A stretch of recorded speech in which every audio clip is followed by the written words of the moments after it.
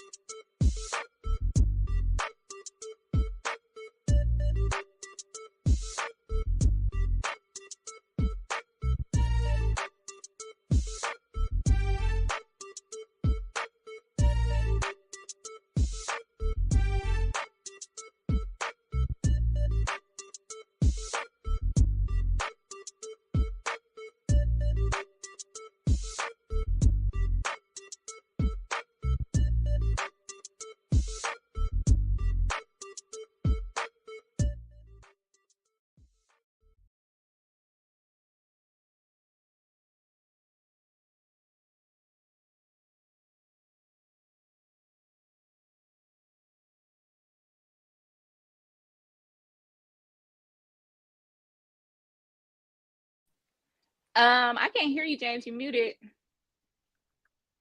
I swear, y'all, I do this every time. Welcome to another episode of Transcending. I am 1/3 of your host, James. I am here with the fabulous Tiff, and we got Cat Queen here. Welcome. We got a really, really good episode for you guys today. Whole lot going on. We got the fabulous ladies down here. How y'all doing? Hey, y'all. Hey. Hey, y'all. Cat's a little bit under the weather, so I don't know how long I'll be on here, but I'm going to come on here and talk to y'all a little bit about a little bit of these topics. Listen, we are so glad to have you. Even if we only got you for 5 minutes, it's good to have you on here. It's good for the people to see you. We love you. I think we are the weather a little bit, or at least Yeah, because I had like a little coughing spell. Not even talking about. Yeah. Oh, you was a little delayed for a minute. I didn't know what was going on. I said I had a little coughing spell going on before the show, and I'm like, oh my God, we can't do this. But it's just the allergies and around the ear. It's just really messing with a lot of people. With this climate change and everything. So it's supposed to be like back in the 80s this week. They just don't know what it want to do in Akron, Ohio.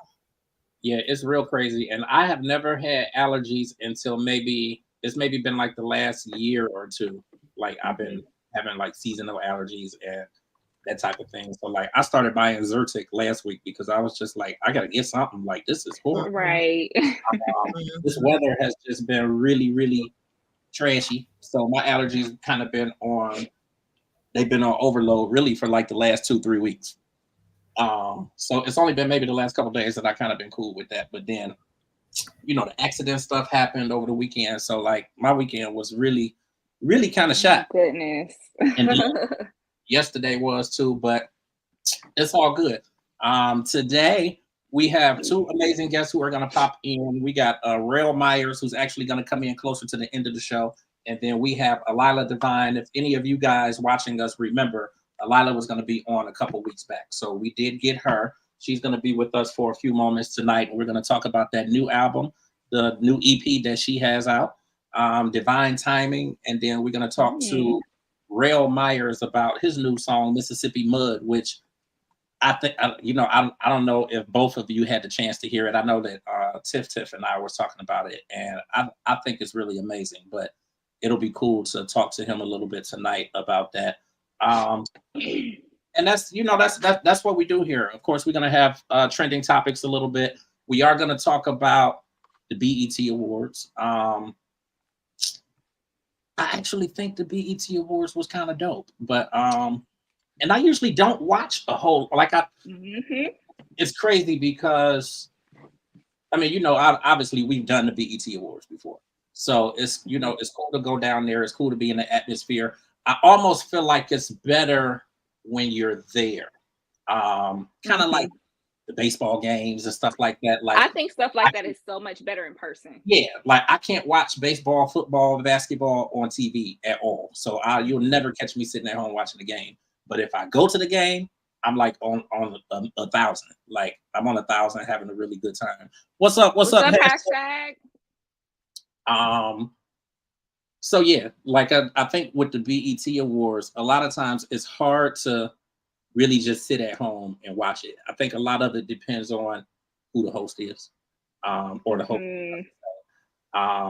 and just kind of what they have going on. I thought it was really dope with Taraji P. Henson, hosting this year. I think that, obviously she's funny and hilarious in her own right, but I just think that it was a good look. I thought that she did a really good job. It almost kind of take me back to when Monique did it. Like I thought that Monique did a really, really good job. So I thought that was pretty dope. And I'll let both of you ladies talk a little bit about it, but I'm gonna just say right off the rip, like the highlight of the show for me, and listen, we know where I'm at age-wise. So like the highlight of the show for me was Lauryn Hill. And it's crazy because I watched like bits and pieces on the day of and like the red carpet show, but it was just so long. It was like 5-6 hours. So I was just like, I can't sit here and watch this whole thing. But I didn't even realize Lauryn was on there until I circled back to it the next morning and was watching, and I saw people. I thought about you. Who, me? I said, James, she ain't canceled on them. Well, she ain't canceled when I went to when I went to Jersey to see her either. I just that was the highlight of the show for me. Like it was really the highlight. And then I just thought it was like, to me, it's just something about following your passion and then being able to do that with your kids as they grow up, or your kids being able to like join in and enjoy it with you. So that was like everything for me. And then I thought it was cool that Wyclef came out at the end. Is Praz in jail already or something, or why he went there? Yeah, I know, that's so funny. But that was the highlight for me. When it circles back to me, I'll kind of go over some of the winners and all of that kind of stuff, because of course I got the whole list of winners and all of that jazz. But I thought it was pretty dope. I'm actually starting to get into a little bit of today's music nowadays. So it was actually like, it made more sense to me versus like last year and the year before. I was like, I don't know who none of these people are and I don't listen to them. So like, this shit is boring. But I thought it was pretty dope this year. I always like the BET Live experience thing with like 106 and Park. Tank and all the people that used to be on there. But Tank was on there though, and Miss V, is that her name, or somebody from BET? I'm just getting back in. But I thought it was pretty good. But what's y'all thoughts? So we didn't really get to watch the whole thing. We just watched like clips of it as they were coming in. We were watching, clips of it. So the highlight was seeing Miss Lauryn Hill on there, because when I was sitting there looking, I said, "Who the hell is that?" And I'm like, "Oh, that's Lauryn! Shut up!" So then. I mean, she really did her thing on that, and then go sexy, or what is it? Get it sexy, something, honey. Listen, it had me want to get up there and start a little bit, because I was like, I ain't a really big fan of Sexy Red. I'm just really not. And but babe, she got on there. And I'm talking about what tore it up. And I think that's probably like the most that she has ever did in a concert, or has ever been out like that. But then you had Will Smith did his thing with Kirk Franklin. I thought so too. And I said, I bet you have to get your holiness in after you done slap Chris right. Jesus. Everybody thought he was going to perform Summertime. Yeah, I wanted to do Summertime. Then Lotto, she really did great. She did great. But my girl Megan, that was Megan, right? At the end. I'm starting to like Megan a lot. And I know I talked last week about, I know I talked last week about her blue hair and how in that picture she looked like Nicki Minaj and all of that. But I am starting to really dig her though. So and then like these Amazon commercials that she got going for Amazon Prime Day, I'm like, I think that's dope too. So she really doing her thing, but I thought she did a really good job too though. what I thought was kind of crazy was how when she came down the aisle and she bypassed Usher and went to the girl. She looking like, hey, look, I promise you, babe, it ain't nothing going on right here. He like, but wait a minute, this is. I'm a little confused. This is all about me. Nah, bruh. Yeah. She did what she did what she was supposed to do. Then she went to you. Okay. But look, she got you mentioned Usher. Who was dancing with Usher? Was that Tiana Taylor and somebody else, or who was that dancing with him for Bad Girl, or what they was doing, for the tribute? It was Tiana Taylor, Victoria Monet, and Victoria Monet. I like Victoria Monet a lot too. Like I've been following Victoria Monet since like 2014, so it's good to see her popping now. She definitely did her thing. Yeah, Victoria Monet and Tiana did their thing. But the funniest part about Keke, let's talk about Keke Palmer being involved in the Usher tribute. Yes. First of all, did she not play Chili in the TLC movie? That's the first funny part. She did, cuz. She did. The second funny part is we all remember Keke Palmer's baby dad going crazy on her because she went to Usher's residency with that revealing dress. With that outfit, and that was the beginning of their breakup. So I thought Keke is so funny. She loved to troll. Yeah. Why would you get up there and do Usher tribute? Talk about you make me want to lead the one I'm with. Start a new relationship with you. No, I just for whatever reason, I don't even know. Oh, go ahead, Tim. She knew what she was doing. Oh, absolutely. Yeah, she knew exactly. I think absolutely she knew what she was doing. I actually think it's funny though. Like for whatever reason, in the moment, I don't even see nothing wrong with it. It's nothing wrong with it, but it's like the people that know. If you know, you know. I know. Now you know her baby dad was probably at home with the. Yeah. Cause I want to do it real. He had that. Listen, he had that bottle in his hand. Like you know what you're doing. You know what you're doing. Be the one you quit, start a new relationship. He called her all kinds of things out of it. You know he was there mad with the hater shades on. But yeah, so it was a lot of behind the scenes so-called drama of the BET Awards. I don't know if y'all knew about some of the behind the scenes stuff that was going on. Well, but, do you know anything about the Usher, or not the Usher, but the Ray J stuff that went on? No, I don't know. Because it's some backstage drama with Ray J. What was he backstage for anyway? Ray J always trying to be seen. He was, you know what? He was back there fighting Lemon Pepper. I mean, Lamiel. She said Lemon Pepper. That's what everybody called him online. Lamel Plummer is the owner of the Zeus Network. Okay. And if you remember, Ray J had a big stake in Zeus before the other dude took over and pushed Ray J out. So that's why they was going head to head, because they both was there. And Zeus is the one that got the Bad Girl Baddies and Jocelyn's Cabaret and all those shows where they be fighting and shaking booties and Baddie Shot O'Clock. So they had gotten into it. I did see that they saw each other. But the biggest blunder or issue at the BET Awards was when Taraji, I don't know if y'all saw her, she ended up mixing up two different social media stars. Keith Lee and so who was the other one? Because I know one was Keith Lee. His name is Jordan the Stallion. And he does like food secrets and stuff. So like he be giving the food secrets to, say you want to make Olive Garden breadsticks at home, or you want to do this, like he be doing stuff like that. He also had an ad with him and Method Man, because a lot of people say he was like Method Man. Right. So he's very popular. Like I follow him on Instagram and TikTok. But the problem, this is what it was.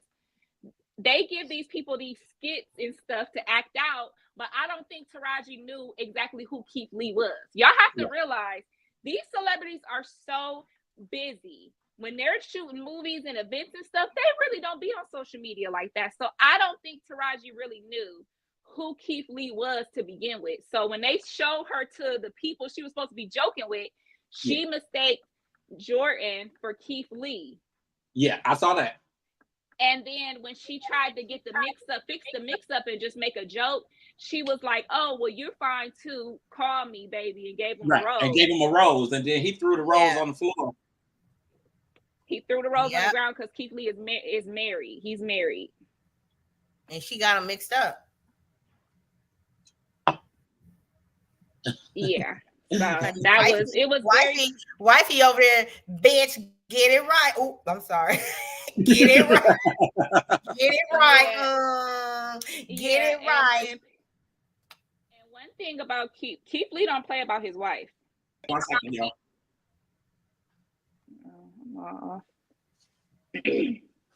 But yeah, I think I saw that at the end that she got him mixed up because I actually didn't know who he was at first. Then I had to go back.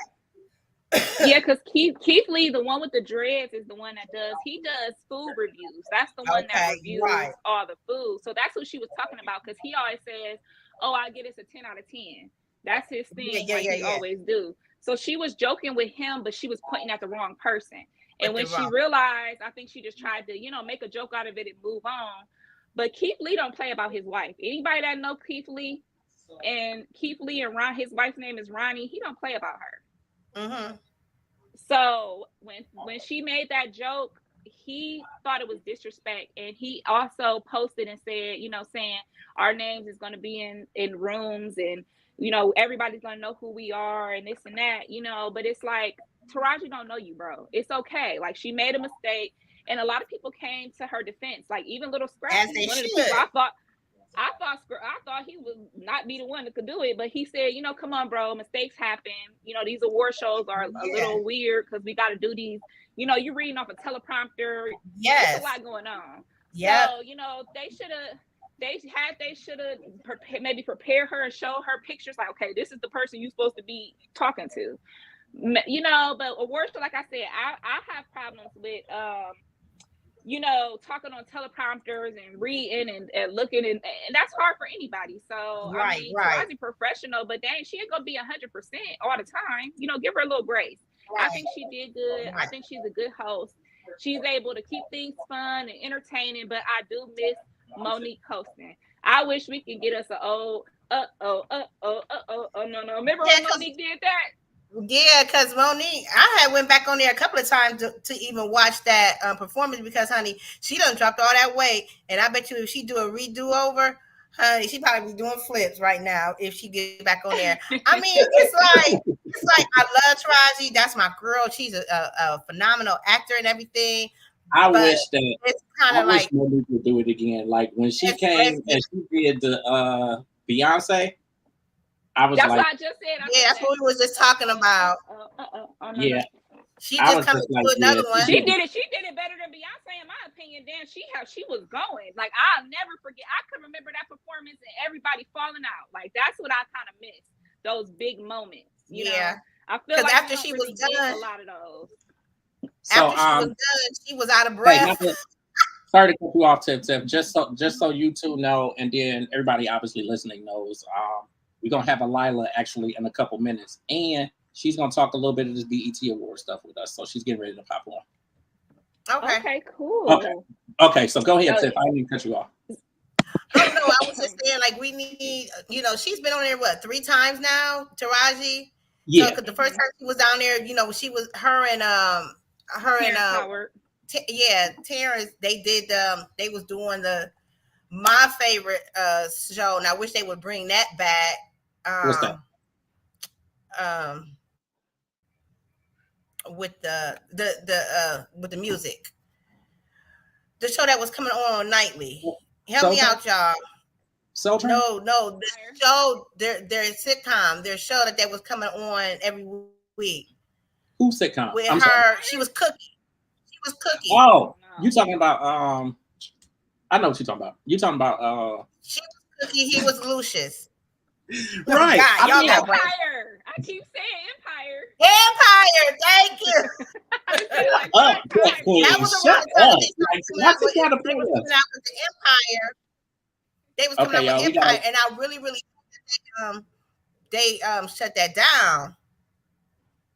Okay, not It could have killed you. look. I'm like not to cut you off. I do got a Lila backstage, so we're gonna go ahead and bring her in now. So everybody, Okay, we'll bring her on. join us in welcoming Lila Divine to the show. We don't see. You there? Say Oh, there she go. There she go. Hello. Hi, Lila. She kind of frozen. Okay, can you hear her? Okay, we got you. How you doing? I'm doing good. I'm glad to be here. How are you? I'm doing very well. I think we're all doing very good. But go ahead, ladies. Well, how are you today? I'm doing great. It was nice and hot here today. So how are you? Well, I'm doing great. It's a little on the cool side in Akron, Ohio. That's where we're at. James is in Cleveland. Okay. Well, first and foremost, am I saying your name right when I'm saying Lila Divine? It's Lila, yes. Lila Divine. Okay. I just wanted to be sure because I was listening to, and I hate to be talking about people, but they were talking about you on the radio, and they kept saying Aaliyah Divine, and I'm like, Aaliyah Divine. Have I been saying her name wrong all this time? So I said, when I get her on the show, I'm gonna make sure that we could. Thank you so much. So people do that a lot. When I was watching the BET Awards, when Taraji had messed up Keith Lee's name and Hallie's name, I was like, you know what? It doesn't ever really stop. So I'm kind of used to it. No matter how big in the industry you are, people still gonna mess up your name. Yeah. But thank you. For real. Yeah. Like I think it's really, really cool. Like, obviously I've had some time now, and I've known Hef for probably close to 25 years because when I worked at 93, he was working at 93, but this was like back in 2001. So like he was the one that kind of hipped me to you. And, I've had a chance to really listen to your music and get to know who you are. And I think that you're amazing. I passed it on to the ladies. Like they love your music. I always love EPs because I just feel like artists work a little bit harder when they're doing the EP because it's so few songs and you kind of end up getting like the best of the best. But I think the EP is really, really dope. Like from the start, I definitely wanted to get you here on the podcast. So I say thank you again. And I know I did all of that before you actually popped on, but I'm just like, it's really, really cool to be able to push people from here in the city. Like what has been your experience, obviously being with Hef and with the full team, I should say, and, being able to really see yourself flourish now because like you're hitting red carpets, you're doing these big shows, you're traveling, like you got a lot going on. Yeah, so it's been a crazy experience, honestly. I feel like I just take everything and internalize it and take it as an experience and then just grow from that. You know what I mean? Every little thing that comes my way. What you said about EPs being harder, taking a lot more work and effort, it's so true because I feel like with it only being 6, 7, 8 songs, you really have to put like the best ones to the forefront. None of them can really like slack at all. So my EP, I think it was like let Hef tell it. I think like 10 months behind schedule because I just kept being like, no, it's not done yet. It's not done. Yeah. I just was looking at like the promotional rollout of the project and just kind of how like I think I'm a little bit more meticulous, like and really paying attention to a lot of that stuff and seeing how it shows up on different platforms. And they use like the most beautiful picture of you on Apple Music, like, where they have your album listed and all of that kind of stuff. I don't know if you can see, like, as I put this up. Oh, yes. I love that. That photo shoot is like one of my favorites. I actually just posted about it the other day. Antonio Allen, he was the first photographer I ever worked with when I started like, before I even started making music, which is when I hit the like creative scene in Cleveland and I was like doing modeling. So, he's seen me grow. I was 18, 19 years old. And so he's seen me grow and he's like, yeah, so we're really locked in. We're like this. Yeah. Yeah. No, I think that's really, really dope. When I look at EPs, I kind of think of like, and I don't even think they considered D'Angelo's debut album to be like an EP, but it only had 10 songs on it. So it was like every song on that album, like you could play it from start to finish, starting with Brown Sugar and going all the way down to Higher. It was just like the whole album bang. And kind of the vibe that I got from Divine Timing. Like as I listen to every song, I'm like, every track is dope. What did you enjoy most? Because I know it was a little bit hard, obviously harder to pick tracks and figure out what you was going to put where, but what did you enjoy the most about putting together, this project?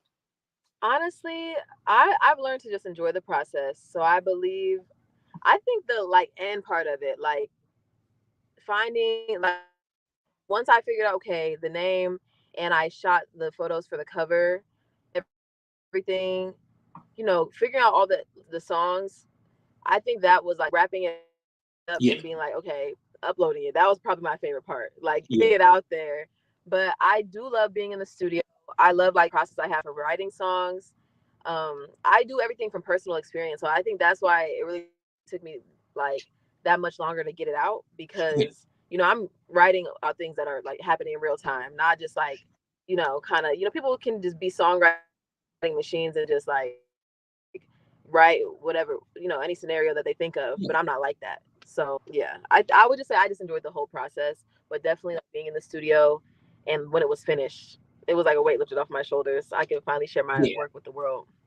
But I think too, like, I think that's like a really high quality, just because like I think the most successful artists, whether it's rap or whether it's R&B or whatever kind of music that you're listening to, like to me, the more successful artists are the ones that are really drawing from personal experience, where the listeners and the fans and the audience can actually feel like they're getting to know who you are.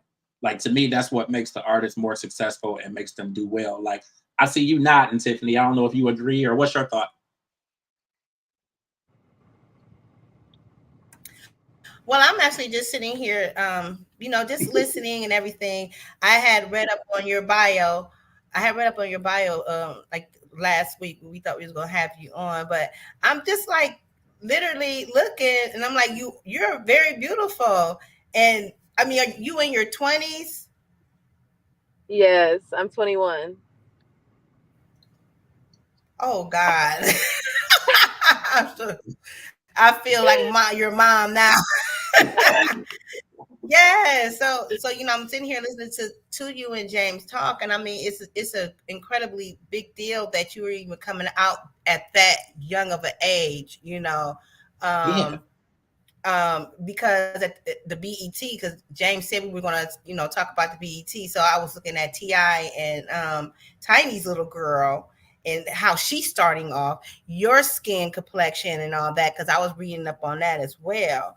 And I mean, is there anything that you want to tell these young girls out here that has the similarity as yours and trying to be out here just like you and her, what to expect, what to look for out here in the world, because the world out here, it is cruel. It is. So first I would say I love Beja. Like I look up to her for like inspiration. I would hope to work with her within the next year. She's great. And I love that the OMG girls are like kind of making a little comeback right now. Right. That's so cute to me. But putting some light on, like work like in the industry as a woman or just being a young woman in general, I would just say this world is not what it used to be. I feel like, I don't really know too much about it, but I know like what my mom, my grandma tell me. So I say just like don't put yourself in any situations that are unsafe. Just stay focused and pick a goal, pick a career path, and just keep your head down and do that. You know what I mean? Yeah. Don't get distracted by boys Yeah. What was that? How old were you when you started singing?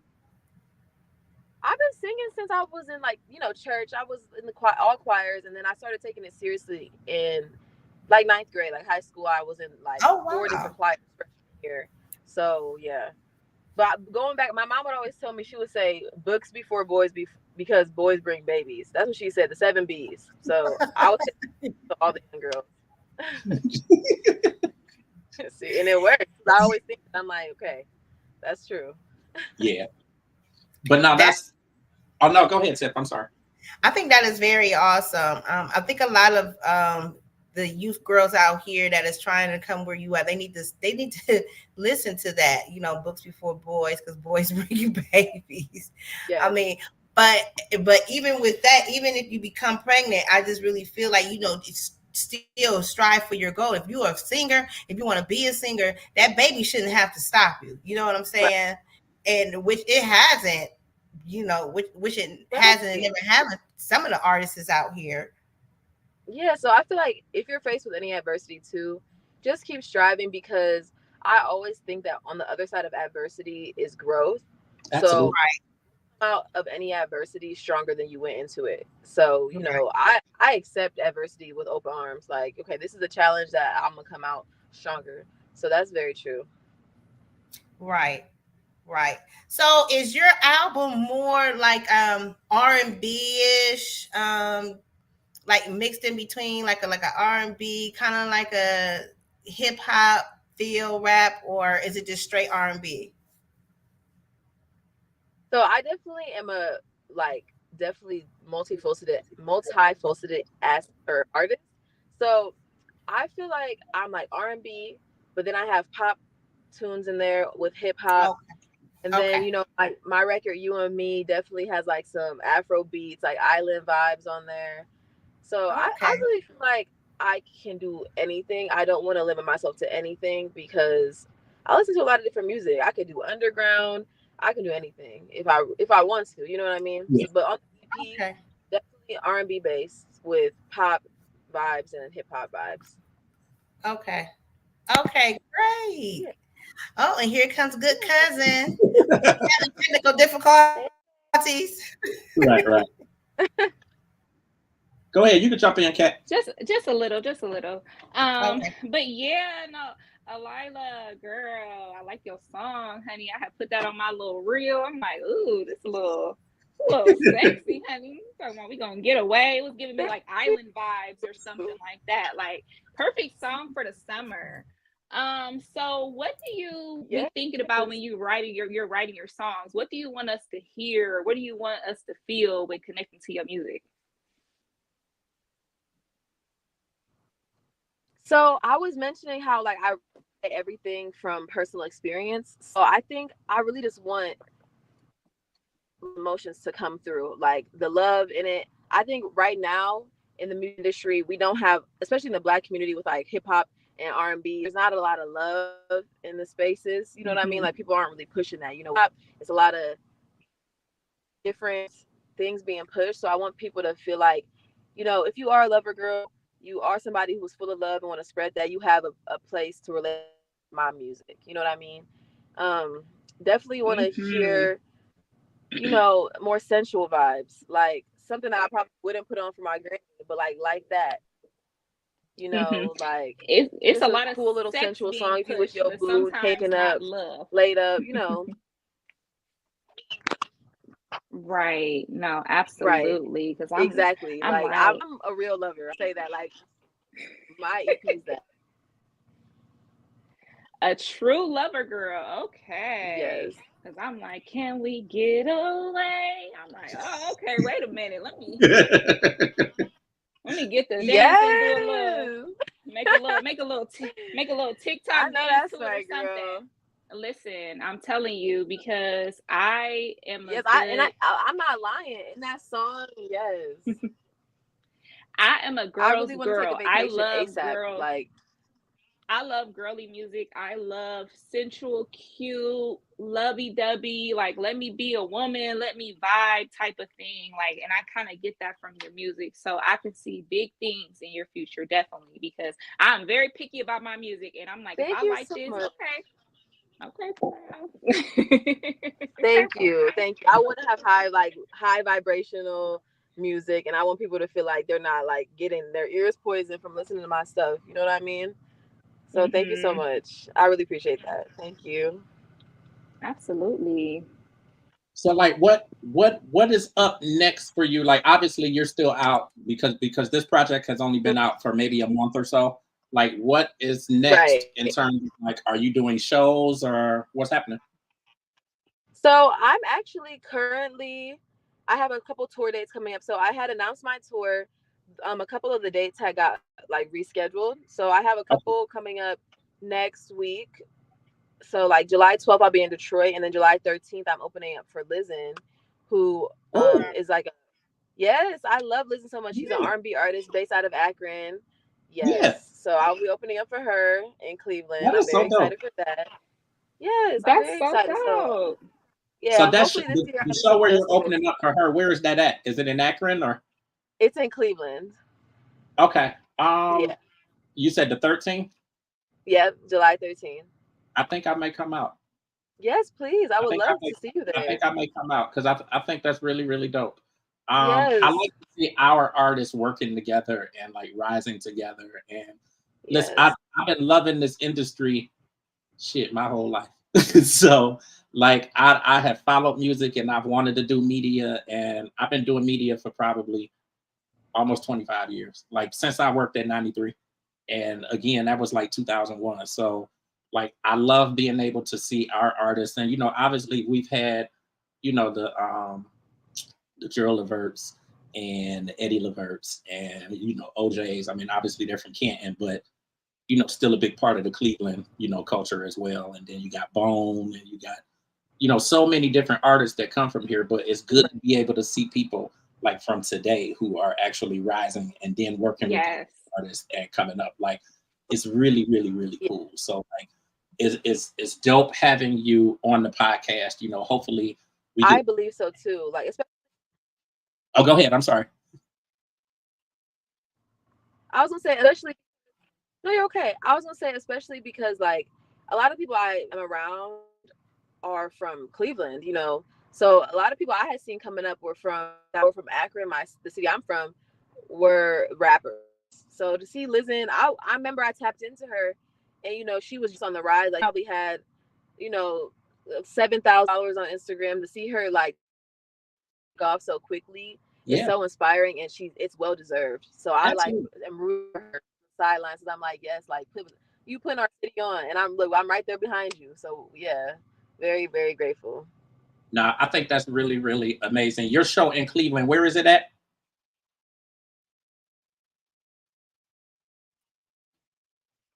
Uh-oh.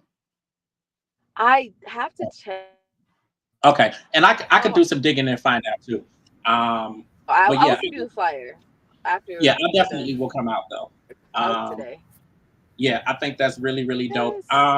Just in terms of what you feel like you want people to know about you or to take away from this conversation that we're having today. Like what do you feel like you want people to know about you?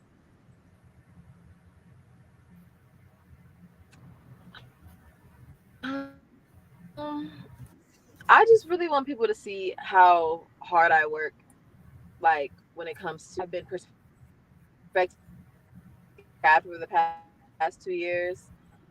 Even though it might not be always on the forefront, like behind the scenes, and I definitely like upcoming, I'm gonna capture that more, like to being an artist.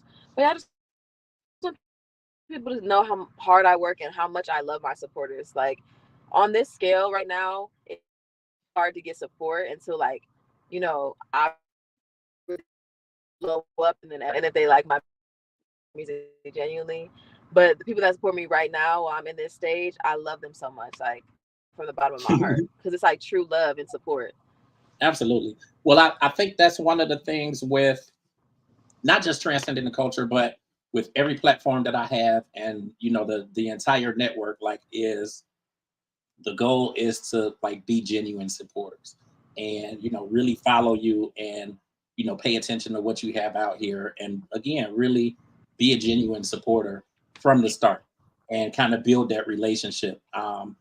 With me having been in media for so long, it's so much red tape, which I kind of mentioned a little bit of that when you videoed, but it's so much red tape, and I want to be somebody that can kind of cut that red tape and actually build the relationships with the artists and kind of take away the stigma that like the media is bad and they just want to twist the stories. Like we just want to support.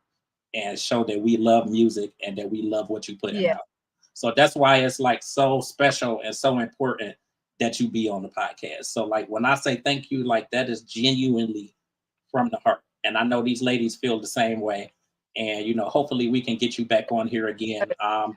Any type of final words you have, and then if you want to shout out your social media so people can check you out. Okay, yeah, I just want to say thank you guys so much for having me. It was great talking to you. Definitely stream Divine Timing. It's out on all platforms: Spotify, Apple Music, YouTube. My social media handles are Lila Divine on all of them: Instagram, TikTok, everything. And I just want to spread love and like put on for my city, put on for Akron, Ohio, for the R&B girlies, you know, that feel like I don't have all the connections. So how am I going to do X, Y, and Z? Like, you can do it. You can do it. Just keep striving every day to be great. And yeah, thank you guys so much. Absolutely. You are with the right team. Like you are with the right team. So like, you're going to be there. Like you're gonna be at the top of, you know, BET Awards and Essence and like all of that kind of stuff that's usually going on, because like you're a rarity in this industry. Like, and you know, not to knock anybody, you know, for the type of music that they put out, but I think that what you're doing is something that has been missing in the industry for a long time, and a lot of people have really been looking for that. So like to see somebody young that's putting it out there, like it's weird. Like I even look at my son is 17, and if you go through his playlist on his iPhone, he's listening to like, obviously, you know, he'll listen to Migos and stuff like that, but then he's listening to the Steely Dans, and he's listening to like, you know, jazz and rock and alternative and like so much different music. And it's good to be able to see what you're doing, and it's clear, it's evident that you love it. Like you love what you're doing. And to me, that's like the biggest ingredient, is for somebody to really love what they're doing, because then you put out quality product. So I think that you're giving us that. She's going to be on the BET Awards, and they not going to mix her up with nobody. Okay. Yes, that's right. Thank you. Look, we speaking that into existence, because I can't take it right now. Please. Yeah, I think it's super dope. But listen, we are always going to be looking. Anytime that you want to come on the platform or need to come on the platform or any of the other platforms that we have, because Kat's launching a podcast, Tiffany's going to have some stuff going on as well, and we got a whole lot of stuff happening. So anywhere that we could get you that you want to be, it's all you got to do is say a word. And if you need us to post anything, obviously you could DM any of us, and we'll get your stuff up for you just with no problem. Let us know. Thank y'all so much. I'm gonna definitely keep tuning in and keep in touch with everybody. And thank you so much. Thank y'all so much. Thank you so much. And we'll continue sharing everything like we've been doing. But you have a great evening. Thank you so much. Thank y'all. Bye. It was nice talking to y'all. Bye. All right. I thought that was pretty dope. I swear. Listen, when I say the internet is internet-ing tonight, like it's a delay and it's all kinds of stuff happening. But I think we pulled it off pretty good. I thought it was really done. I thought it was really cool. What's Key Delicious just talking about? She said exactly. Pipe down some, bro. Oh, we was talking about Keith Lee being mad. She was talking about him being mad about Taraji mixing him up with the dude at the award show. So she was talking to pipe down. Look, I just saw that comment. I'm like, what? Yeah, you had walked away when me and Tiff was over here laughing and the Keto Licious. Yeah, we was still talking about it. And stuff. Yeah. Mm-hmm. The BET Awards was crazy, but did y'all see Glorilla before her performance? They had her strapped up in the air, and she was just sitting there waiting. She just hanging. No. No. Let me tell y'all what. Y'all gonna turn the lights on. But let me tell y'all what. Let me tell y'all what. At the beginning of Glorilla's career, y'all, she was ratchet glow. Ratchet glow. And I want to know. Yeah, I want to know what happened to the cousin that was pregnant in the video. Remember the cousin that was pregnant in the video? She was just in her new video and she pregnant again. So you ain't gotta wonder no That's more. What I thought. That's what I said. That girl is pregnant. That's the one that's pregnant. pregnant again. Yep, she was in the what new. kind of shit is that? Yeah, so the song that I had told everybody to check out last week, the TGIF by Glorilla, she now has released the video to it, and the video is very reminiscent of her first song. One. When they was just, the girls was turning up and they was dancing and right. kicking it. But it shows a lot of her on tour with Megan, because she's on tour, the Hot Girl tour with Megan. So, but it was fun, but it was just like, it was them turning up, but it looked like they got a little bit more money now. Like, got a little more money. Little bit more money. And the girl, listen, and the girl, the cousin that's pregnant, them dudes own her. Listen, for sure. Own her. But they said Glorilla be taking care of her people, so she gave her some money and had her in the videos. She looked totally different. She looked totally different from the first Glow. Yeah, and it's so crazy. And the crazy thing is, Glorilla actually has some famous family members. I can't remember who they said was her family. Dang, it was another. It was another person. She got a couple famous people in her family. Little Uzi Vert is her cousin. Wow. So Little Uzi and someone else. They were saying, and Cardi B. Oh, really? Yeah, but I heard that they was cousins. Yeah. So I didn't even know that. She was talking about in an interview she was having that they were cousins or something. Yeah, so she said she she has a lot of famous cousins, but they weren't in touch. Like, they weren't someone she could really get in touch with. But like us. Yeah, like us. We got a couple famous people, but we can't really just call them up. Right. Wish I could. But yeah, so I thought that was pretty funny. But so her Megan and Cardi B been running them up. They've been doing all kind of remixes together. They went on tour. But let's talk about Miss Cardi B's BET performance, because it looked like she was high and a little. Okay, I missed that. I think I might have went up. No, I don't think it came on yet on YouTube, because we was actually kept on ones that was coming on YouTube. So as they was coming, so I didn't see that one. So it's a lot of speculation that Cardi B is allegedly pregnant with her third child with rapper Offset. Now this comes after she had been hollering and screaming on Instagram a couple months ago about him cheating and them getting a divorce. So somebody said every time that he get caught cheating, somebody said he shoot the club up every time. Every time he get caught cheating, keep her there. Damn, so, that's messed up. Ooh. So, when she get to wearing them Ashanti dresses, them oversized t-shirt dresses, that's clear, that'd be dead giveaway you're pregnant. So, so if you ever look at Cardi B's Instagram or anything, like, she's been on a lot of different events, and every event she's wearing something big and poofy to cover up her body. So it's a lot of speculation that there is a baby number 3 on the way. But a lot of fans are upset about that, because they have been crying out for her second album for years. And she's supposed to be working on I'm close, but you pregnant again and you hiding it. Yeah. Right. Like, what do you think it is in terms of why it has taken her so long to put out another project? Because I don't think it's like label business or nothing like that. You want to know what it is? Okay, I give you the breakdown of the real, because I was into Cardi B before Cardi B was on Love and Hip Hop or anything. Cardi B is a personality. She's an internet personality, a socialite, people don't know this. Chris Rock was actually going to sign her to be a comedian before she started music, because he says she's so funny and entertaining. I don't believe Cardi B really wants to be a rapper. I don't think that that's really what she wants to do. I think that people kind of pushed her into that place to go against Nicki Minaj. Like, I feel like she was the best person to kind of have that head-to-head battle, but I don't think Cardi B is not a lyricist. Cardi B does not write a lot of her own records. Partisan Fontaine writes a lot of her records. Just an FYI, we got Rell in the room. You said okay. Well, bring it on. So I just don't. Yeah, so long story short, Cardi B is not very much a writer, rapper type person. So that's why I think it's taking her long. And I think she enjoying her celebrity, she's enjoying her money, she's enjoying her husband, she's enjoying her kids. So I don't think it's no rush.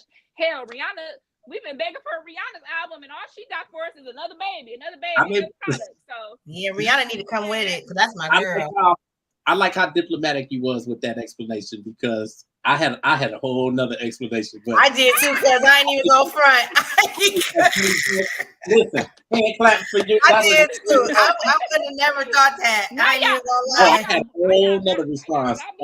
That probably mine was so negative. Right. So it'll be like Tiffany at the repass. No holds barred, baby. Right. Don't talk listen, to y'all. We're gonna come back to this. Shout out to Alila Divine again for coming on during the first. Yes.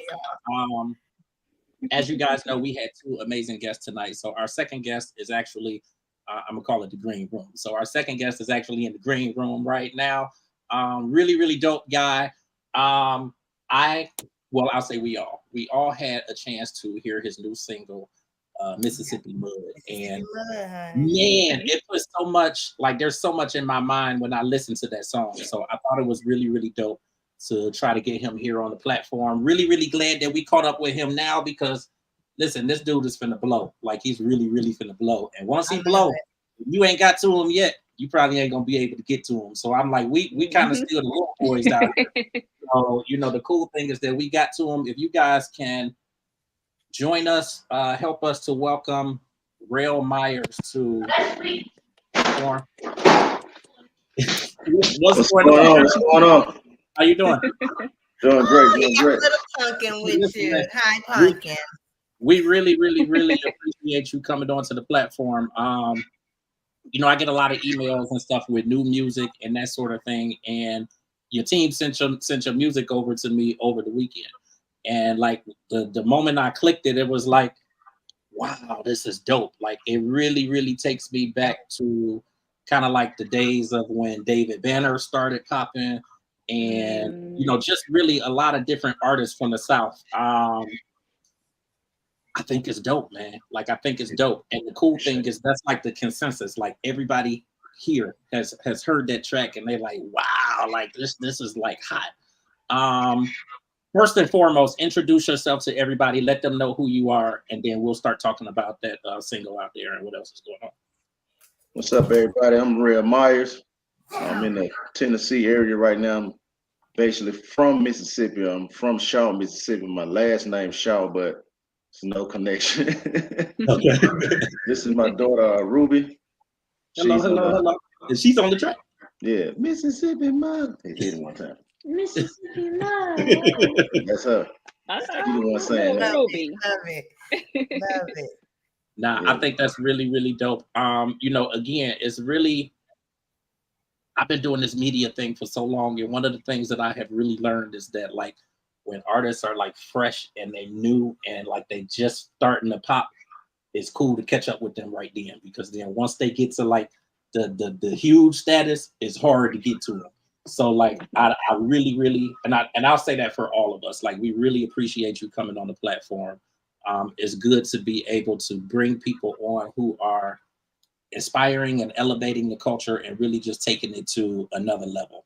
We all see where hip hop music is, where it's going, where it used to be, and not saying that we need it to be like it was, but I think that there's definitely still like some changes that need to be made, and you kind of represent that change, like, what a lot of people are looking for. So like, kind of talk to us really just about putting this single together and kind of like, what you wanted people to be able to get from it. Yeah, man, Mississippi Mud, it come from where I come from, Shaw, Mississippi.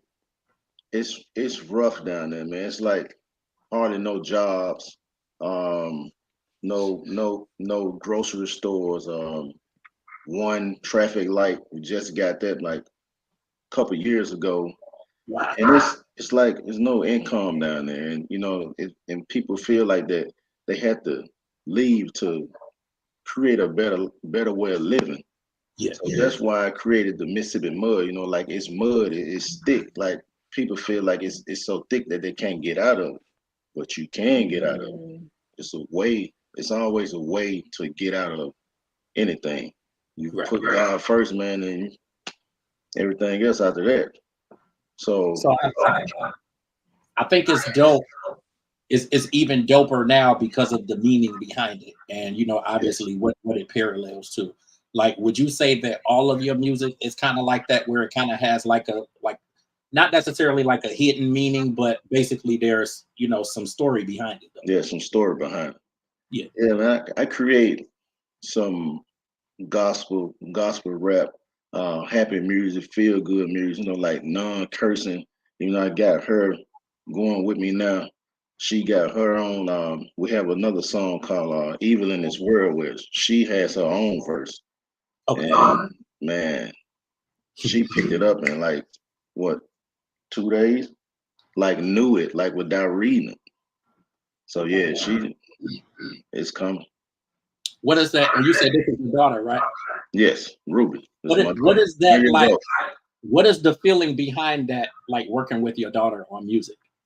Man, it feels great, man, because how she came about on the song is I reached out to other people to just say that part, and it was difficult trying to get somebody. You know how when you plant a apple tree seed and you put the seed in the ground, nobody sees any apples yet.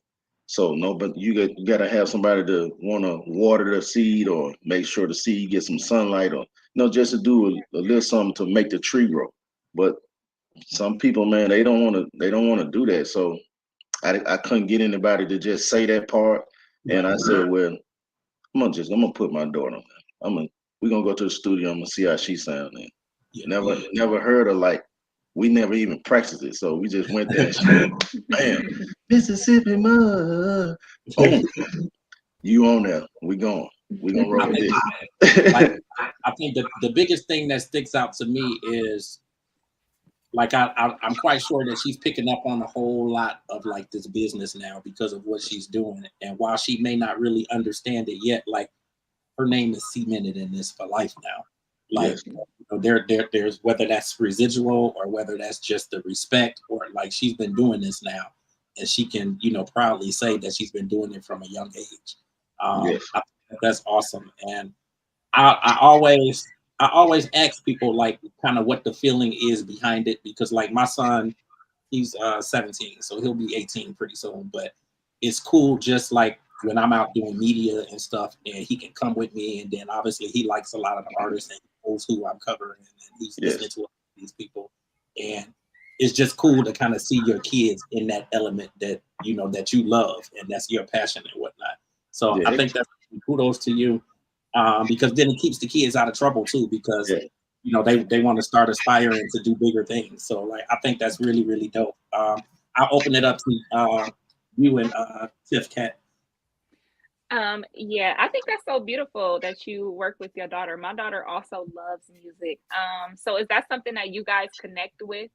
Is that something big in you guys' relationship, is music? Yes. She loves to sing. She sit in the back seat, like all of my other songs. She knows all of them. She be back there singing them, rapping them, whatever I'm rapping. And I make sure that it's good, clean music, good, happy. I was gonna say, do it have to be clean? It gotta be that. That's all it is from now on. Yeah, because things been working, man, and a little situation that we put everything in God's hand, and absolutely been taking it from there, and this is the way. So, like I said, working with her, and like you said, keeping her out of trouble, and showing her a different way than what other kids may see, or their parents allow them to see, to listen to other music that they shouldn't even be listening to. Mm-hmm. So I'm not. When she get in my vehicle, we don't hear none of that. Right. Listening to some gospel, or we listening to some good, just happy music, feel good music, some Bob Marley, some reggae, some of that nature. But other than all that radio station, no, we don't get that. No, I think No, that's you're doing your job definitely as a father, and that's very commendable for sure. Thank you. Especially coming from a young being in her shoes, growing up as a young lady, you know, your father can be the biggest thing in your life. You Yes. know, they could be your biggest supporter, your teacher, your friend, everything. So it's nice that you guys have a good relationship. I wanted to ask you about I have been seeing that a lot of Southern music has been becoming so popular in not just Atlanta or Georgia. We talk about Mississippi, Alabama, Tennessee. Like a lot of Southern music is coming out of woodwork and has a different type of sound. What do you think about that? I think it's coming up and it's coming out because it's some music you can feel like it's it can get rough around here. And people talk about their life, you know, whether it's the type of music that we don't want to hear or the music that we do want to hear. It's the type of life, the type of living that they're experiencing, and they're going through it, and the same thing that they're putting into music. Other people are dealing with it too, so they can gravitate to it. But for me, I'm not going to make that kind of music, even though it's around me.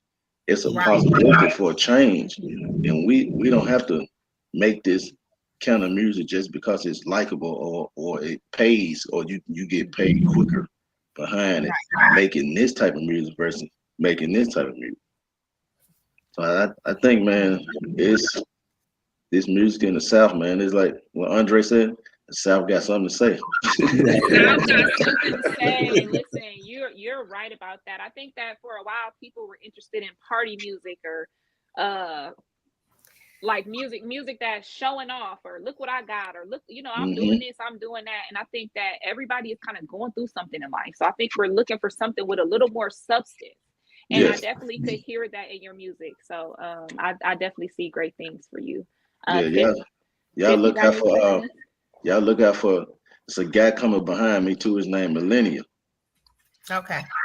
He's from the South. If you can I know we had DM'd. If you could DM me his name so that then I can make sure that I pull him up and then we can, you know, really start connecting with him too. But I think just in terms of, you know, kind of piggybacking off of what Cat Queen was saying, I feel like the music of substance and, you know, what you talk about, the feel good music and the music that's actually talking about something and like relating to everyday life, like I think is coming back.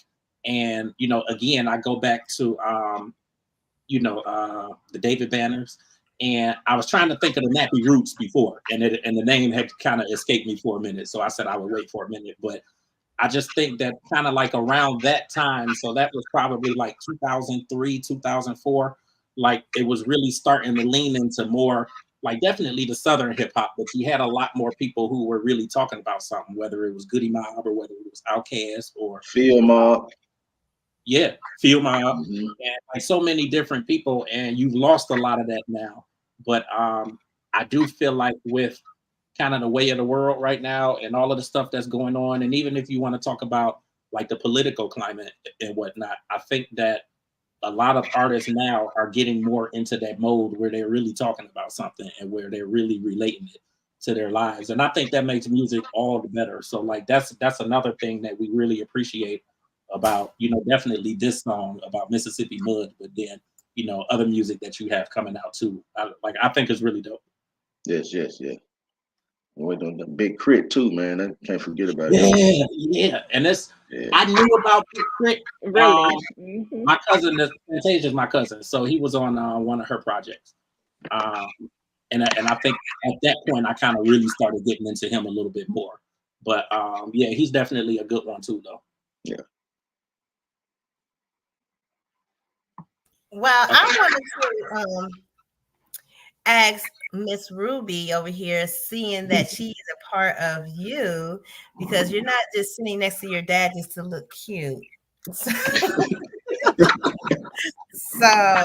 Miss Ruby, how did you feel when your dad gave you the part just to sing Mississippi Mud, and kind of you got the part and you heard yourself on the track? How did that make you feel? Like, oh my God, this is me. I'm actually singing it. It felt good because I like singing, and like me and my dad, that's like the thing that we're like mostly doing. So it it just felt good. Felt It good. just Felt good.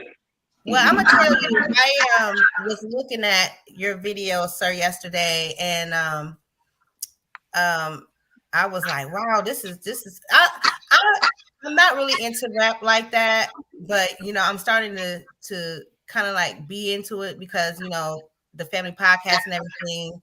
And so it was like, man, listen, it had got to the point where I had got into your other tracks because you're on iCloud. And so I started listening to the other tracks, but I only got to the first one. And I was like, oh yeah, I can do this. I really like the fact that you don't use, profanity in your tracks, just to get the audience to notice you. You know what I'm saying? I really like that. Because it's almost like you be in your car and you be so used to hearing it, you kind of look for it. If that makes sense. You kind of look for it. Gotcha.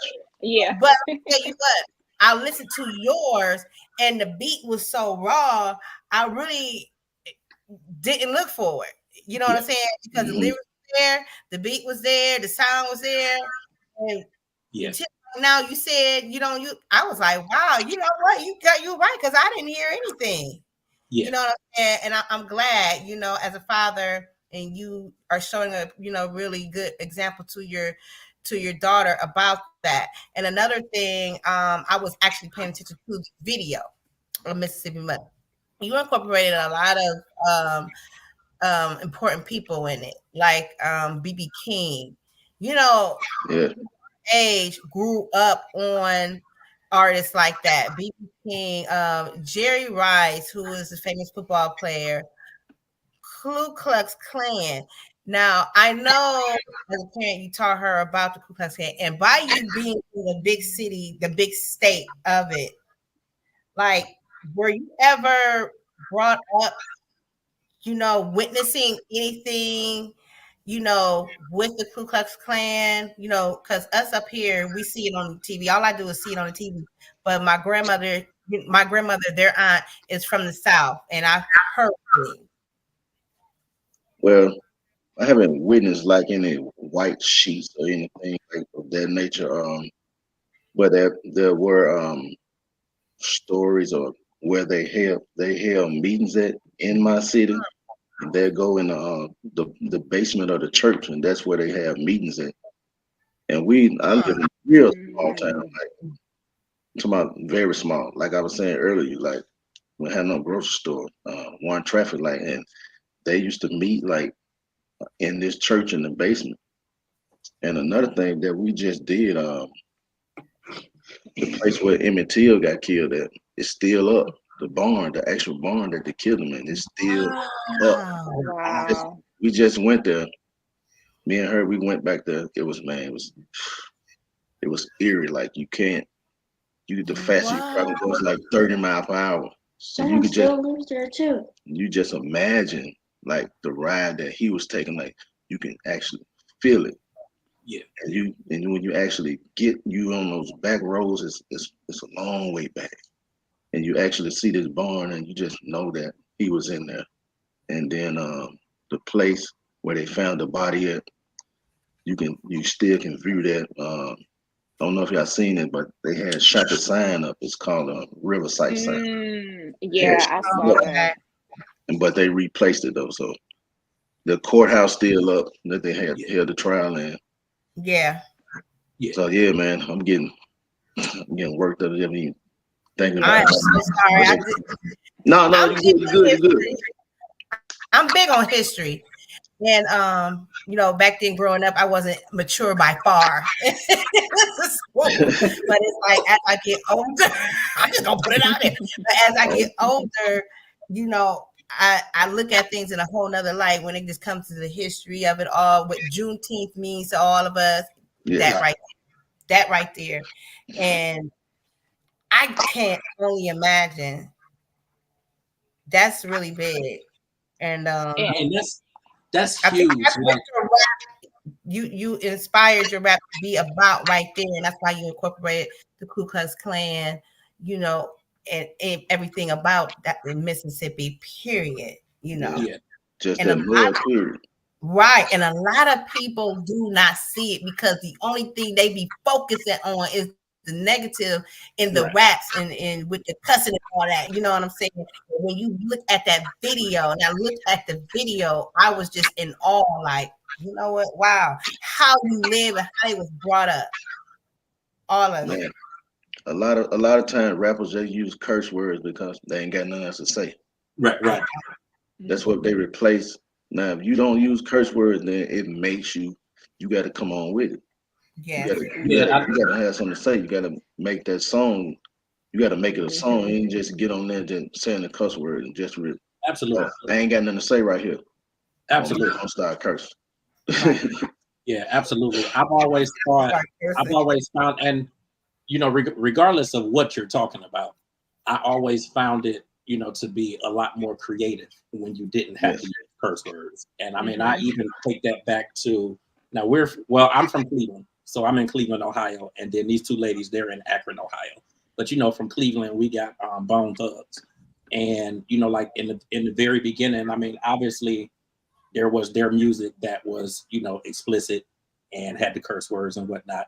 But then in the very beginning, at least for the first 2 albums, they had, like, when they released their singles, like they had clean versions where instead of using the curse words, like it was almost like completely different lyrics to like some of their verses and whatnot, where they didn't use curse words at all. And I think people found obviously a lot more creativity in that.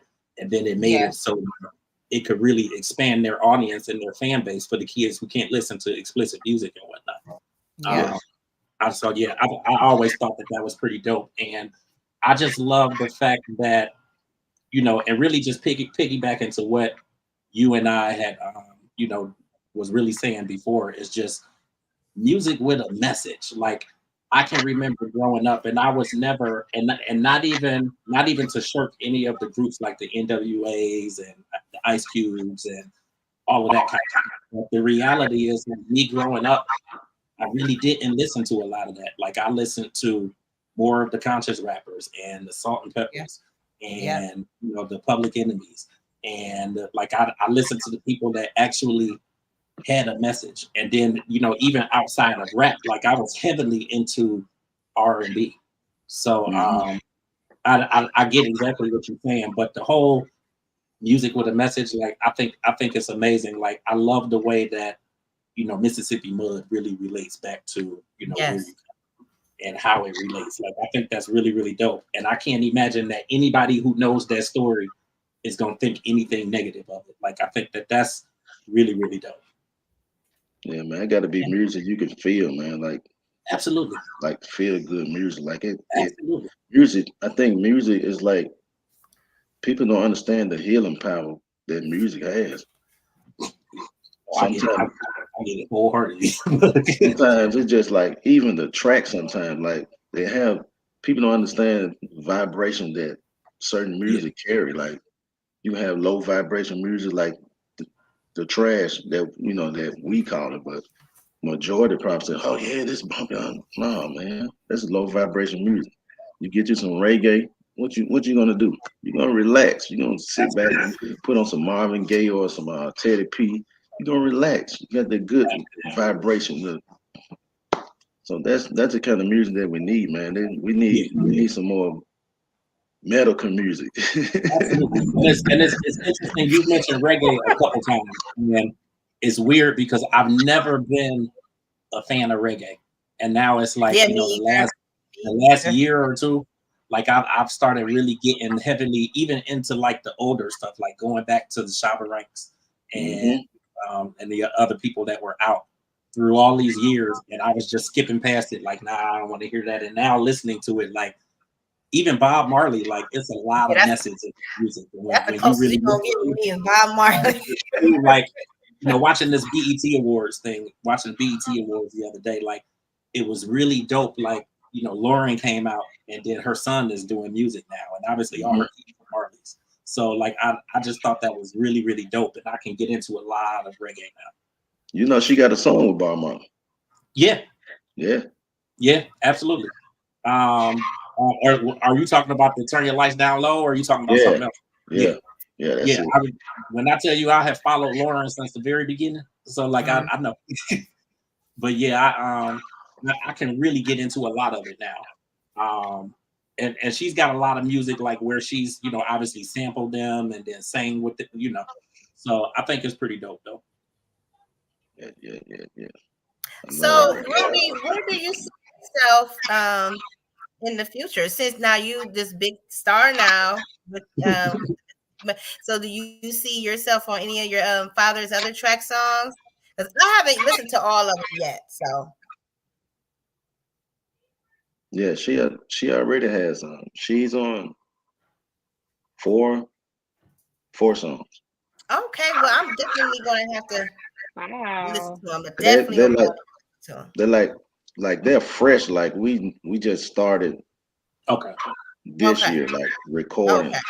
So we've been back and forth to Atlanta, hitting the studio. Matter of fact, I just got back from Atlanta today on my birthday. Okay, happy birthday. Thank you. Happy birthday. Happy birthday. Hey. So right. We all saying a happy birthday to you. Yeah. Happy birthday to you. Y'all got me singing and Tip the singer. I don't know why she got I'm not about to strike out because if I strike out. I don't know. Have y'all heard the new Happy Birthday? It's a new Happy Birthday song. Yeah, it's man. Happy birthday. Yeah, that one. Right. I was at an event and everybody started doing. I said, "Oh shoot, I'm lost. I'm behind time." I thought we were singing Marvin Gaye. I thought we Stevie Wonder. I thought we were doing Stevie Wonder. We got something.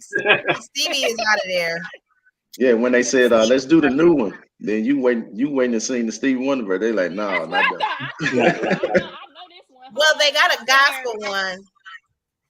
They have a gospel one, and then they have that one.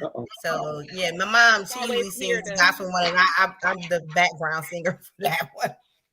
Of course, like always. But I did want to say something. I liked a lot what you were talking about by vibrations and things like that. People don't know music has vibrations. Land holds trauma. Like a lot of things that you're consuming into your mind and your body and where you're at and things can really affect your decision-making process, your children and things like that. And I think that what you're doing, educating your daughter and showing her a different way, that is changing the future. That is changing the trajectory of our people, of our younger generations, and bringing them up with the knowledge of what happened to people before, but not having them go through all of that trauma and things and protecting them and shielding them. Yes. So I definitely wanted to applaud you on that, just for the things that you were saying, and even how you speak to your daughter. That is really good, and a lot of men need to take notes, especially a lot of rappers that are pushing out music that are not for our generation, not for our kids. Like, people got to realize it might make you money right now, but what kind of world are you leaving behind? Yes, it's just, man, like me teaching her.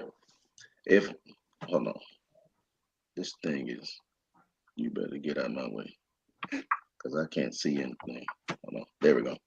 Yeah, what I try to do is try to teach her and tell her that she's a leader, and because of me, the kids are of her age, they won't want to listen to me. Right. So if they see somebody that's their age doing the same thing that they need to be doing, and she's telling them, then they can look at her and say, okay, well, she's doing it, then I can do it. And then if she can get 5 people, 5 kids, then that's 5. And if those 5 can reach 5 each, then that's 25. Then you got 25, 5. Then they keep on trickling down like that. We back with the kids. We got the kids back on track. But as long as the majority of the music that's put out and what they, because how the media control, we don't get too much in that. But what's being played on the radio and what they think is cool and what they think is the okay music is not the okay music. It's misleading. They're not talking about you telling somebody to jump out You in the car, jump out the car, dance in front of the headlights. Are you serious? Traffic. Like, turning green. What are you doing? You dance on traffic. Like, no, we're not doing that. No, right. And like you said, Miss Ruby, it is always better to be a leader than a follower. I will tell you, as a girl, a previous girl, woman, it may be the lonely thing. You might see all your friends doing something dangerous or something they ain't supposed to be doing, and you doing the right thing. Keep doing what you're doing, because it's always people watching. You don't know who watching, who paying attention, and who really want to be on your side and do what you do. And when you stand alone, you can be so strong by yourself. Like, you can lead others. So keep doing what y'all doing for sure.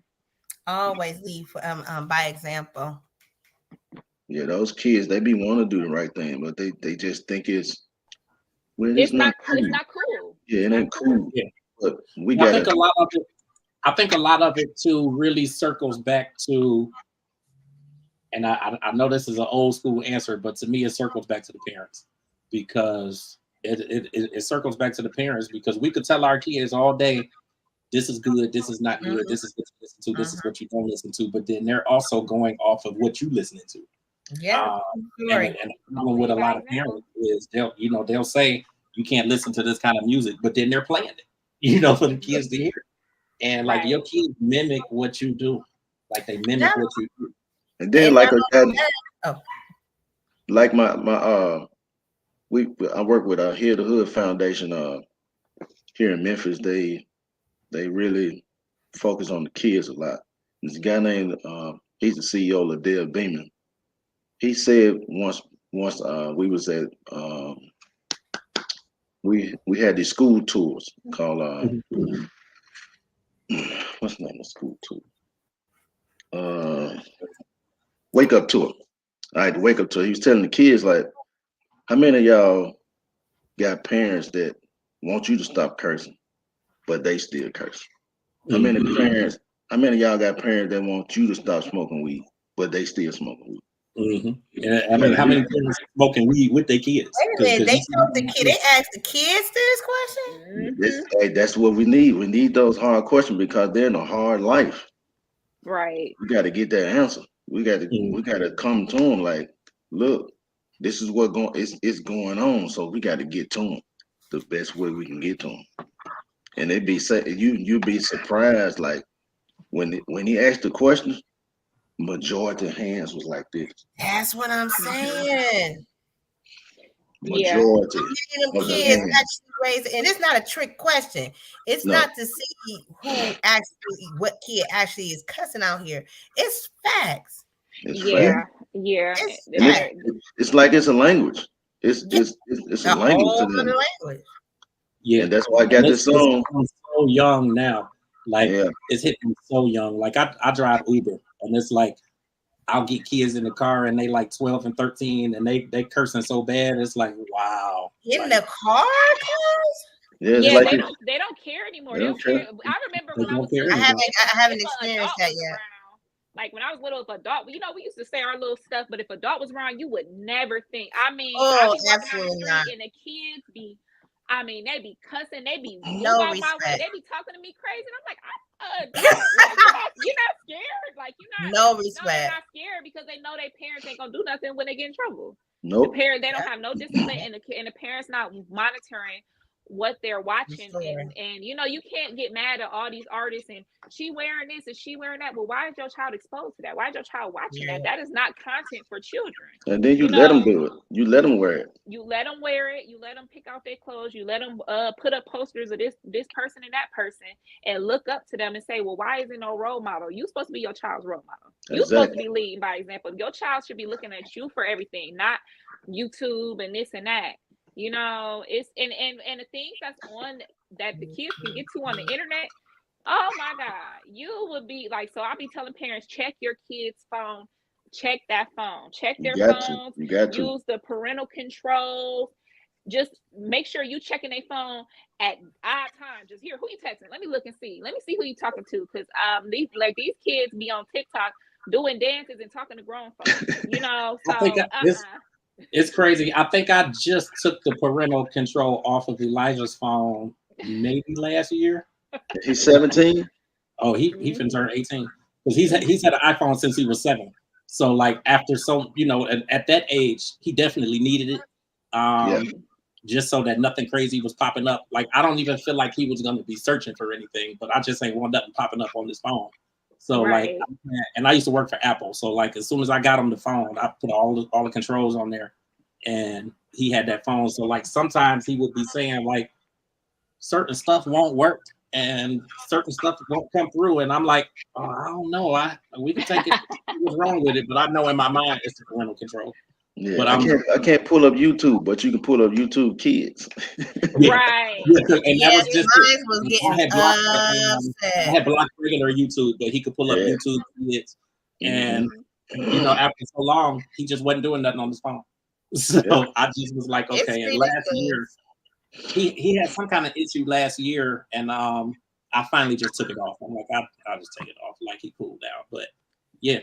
It's easier to be proactive than trying to change them after the fact they've been exposed. It's easier to protect them ahead of time and instill their values than to go back and say, "Oops, well, look at now you a little gangster. Now you a little, you're a little promiscuous." Yeah, don't feed it. Now it's like you trying to do damage control. The damage already done. So people y'all like the parents, please watch out what your kids are listening to. Be in your kids' life, work with them, and like what you're doing, whatever you're doing as a parent, bring your kids, show your child what you're doing. That's really good that you're doing that. James does that with Elijah as well. Like expose them to what you're doing. If it's something that you love and it's a creative outlet, why not bring your child into it? Yeah, she's everywhere. Like that, everywhere I go, if I go somewhere and she's not with me, hey, where Ruby at? She ain't with you. What's going on? She must be sick. It's like they look for the kids more than they look for you. So they looking for her.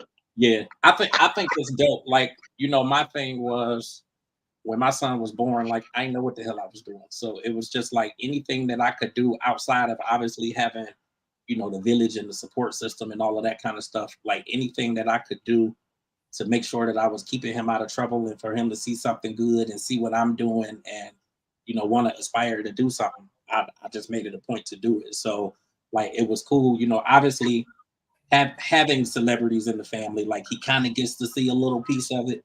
But then like me actually going out, and I go to Atlanta a lot. So like me going to Atlanta and covering different events, it was cool just to take him because then it was like, he'll start seeing people that he knows and people that he's seen on TV. And, it's just, it has been really, really cool. Like he's had an opportunity like to meet, Candy and like all of her family. And because at one point we were staying down in Columbus. So, that's only 45 minutes from Atlanta, but it was just cool. Everything 45 minutes. Right. But it just was cool though because it kept him out of trouble. So he ain't really had time to get into no shit with nobody else because he was doing something constructive and actually doing something that he liked. So I think it's really cool that your daughter is not just coming along and seeing what you do, but she's actually participating and actually working now. Yeah, so like that's cool too. And she's on like a handful of tracks. Like I think that's amazing. Like in terms of like timeline, like where are you in terms of like a full project? Well, we're like 4 songs in right now. So think about 8, probably record 12 and keep 8. But man, every time I record, man, everything I try to do, man, it's gonna be a single. Yeah, I'm one single. Every time I try to, that'd be my goal. Like that song. Like when you put together an EP, and then you could rock every song on there and make that a single, and like to me, that's the best project. So like I'm looking forward to that. We were just telling our first guest, in terms of her EP that she has out, like every song on there is hit. So like, it's cool to get projects like that. So I think we're all looking forward to that. Any kind of a timeline or how long or when you want to actually get it out? Nah, we don't have a timeline yet. I got you. Give you some sneak. I got this song called. See, I feel like the grown people, the adults, and the kids. It's almost like it's separated. It's like some of the grown people, they have kids and then they still want to live their life and don't want to focus on the kids. No, these are your children. You can't have kids and then push them out from the grandparent. No, they're yours. So it's almost like we got the adults over here versus the kids, and I came up with a song called "Grown Folks versus the Kids." Man, it goes like this. These little kids need guidance. Man, these little kids still dying. I know some little kids still trying. How we gonna help them when the grown folks is childish? The grown folk childish. So how we gonna help the kids? So that's on deck. That's it. It is so true, and it's why it's so much stuff like negativity happening with our kids. And obviously they're gonna be into like the social media sites and stuff like that, but there still is like there's a bigger element in there where the parents are not involved and they're not spending time with them because they still trying to they still trying to have their hot girl summers and do all that kind of stuff, and the kids are getting into some of everything, so they have time to sit and watch TikTok videos on how to steal a Kia. And they taking people cars and doing all this stuff. Like there's so much going on with our kids dying. Dang on Kia boys. And then I want to pay no reason. And a lot of artists don't really realize like the actual influence that they really do have on kids out there. And there's a lot of kids who really want to hear that positivity. Like they want to hear it. Like a lot of them want structure and they want to hear that positivity. And they just don't have anybody to give it to them. So like, I really send kudos to you for what you're doing, with your music, and what you're doing with your daughter. We purposely obviously your music was sent to me over the weekend, but like we purposely said, let's bring him on the podcast because like our goal with this podcast, I mean, first and foremost, we're all cousins, so we all blood. But our goal with this podcast is to really push the culture, to really promote the people who are elevating and inspiring and encouraging and actually doing something to change what we have out here and to make it better for everybody. So, obviously you fall within that realm. Ruby falls within that realm. Like, I think it was really, really dope having you two on. Any final words, Tiff and Kat, before we close out? Not really. It's really good to see, a natural born artist that is, featuring their daughter, with like, their project. And at such young age. How old are you, Ruby? 9. 9 years old. And I have a 12-year-old son. And I'm gonna tell you something. He plays the drums. He's in a lot of things. So he plays the drums. I'm talking about, and I have a 25-year-old who professionally plays drums. So, Rell, if you're looking for a drummer, look up Cameron Miller, because he professionally plays. I'm on TikTok. They're both on there, and he also plays football, basketball, and I have him in golf, and he's also in bowling. So yeah, I have my son in a whole lot, Ruby, and I really think that is really dope. Like Jane said that Rell, that you have her like that because you got a lot of these artists. There's so many artists out here. Cardi B got 3 kids.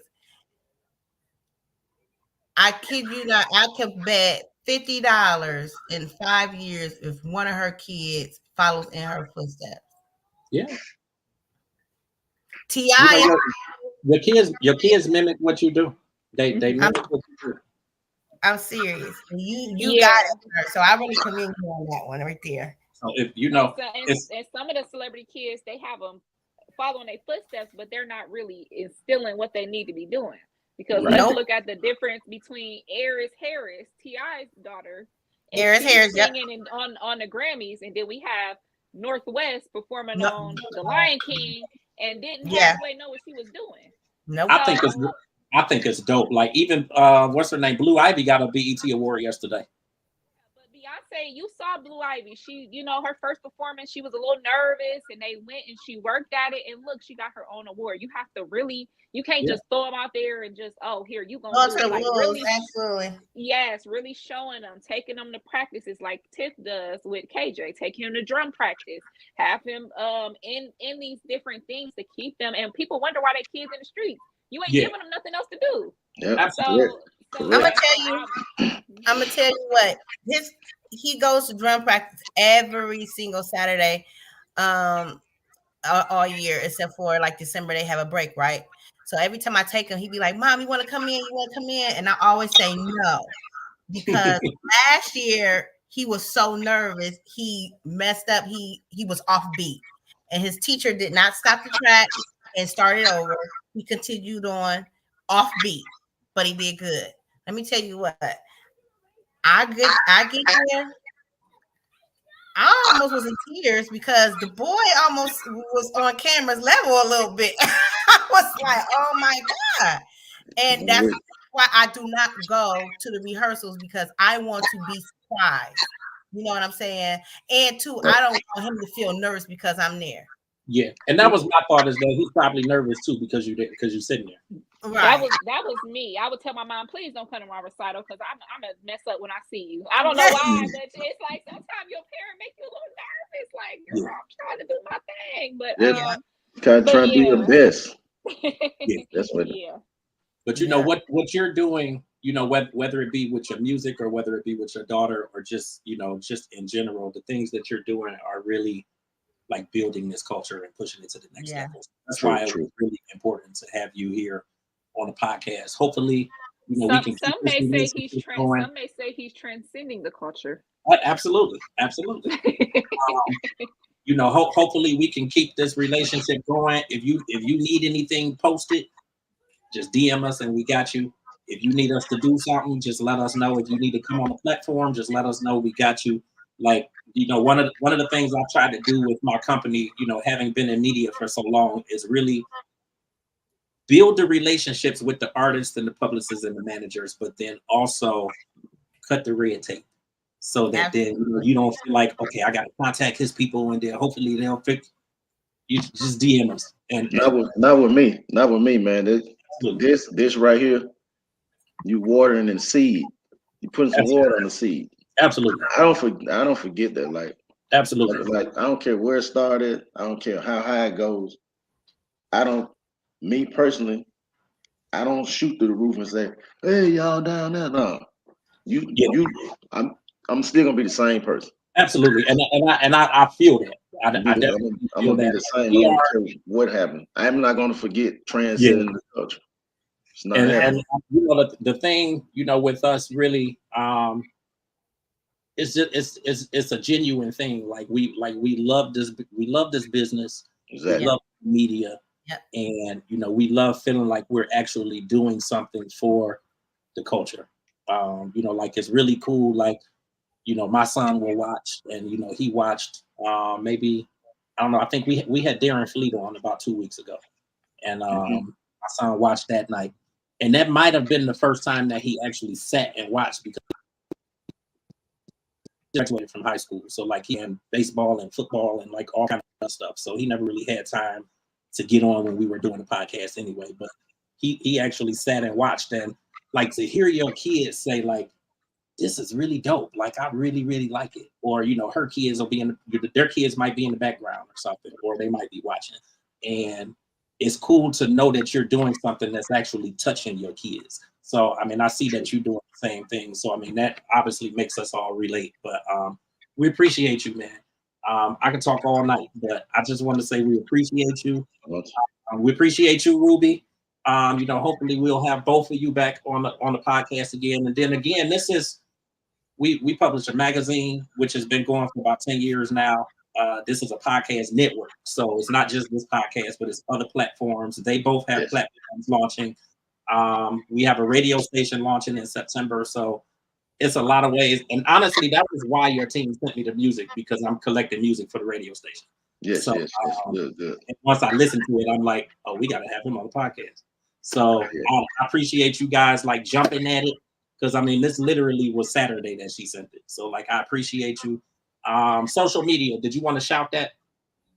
Yeah, social media platforms. Rell Myers, Rell Myers, Rell Myers, Rell Myers. I'm there. Okay, and that's RellMyers, right? Yes. Okay. Any website or anything, or just the social media right now? Just social media right now. Okay. Now your TikTok, I was trying to YouTube. TikTok. We got the YouTube too. Kalia's Box. Okay. How do you spell that? KALIA''S BOX. Okay. Kalia's Box. Yeah, okay. we on there doing some daddy-daughter videos and. Okay. You said KALIA''S. Yes, BOX. So Kalia's Box. You wanna y'all wanna hear her verse? Oh yeah, absolutely. Yeah. Let's go. Even in the world. It's so much evil in this world. I just want to grow up from being a little girl.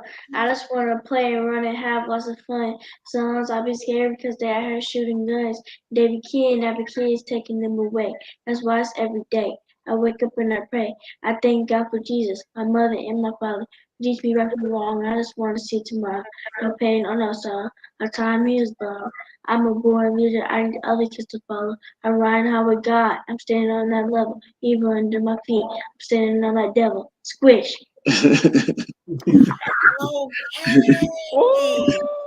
Now, let me tell you where my mind is when I listen to that, because I'm probably the only one that's taking it this far. Like when I listen to it, like I'm looking at first of all the energy, because you could tell that she knows what she's saying, she loves what she's saying. So that's number one, is the energy. She's on beat. There's like, it's not even a beat playing to it, but you could listen to it and you could keep up with the 1, 2, 3, 4 step. Like she's on beat. Yeah.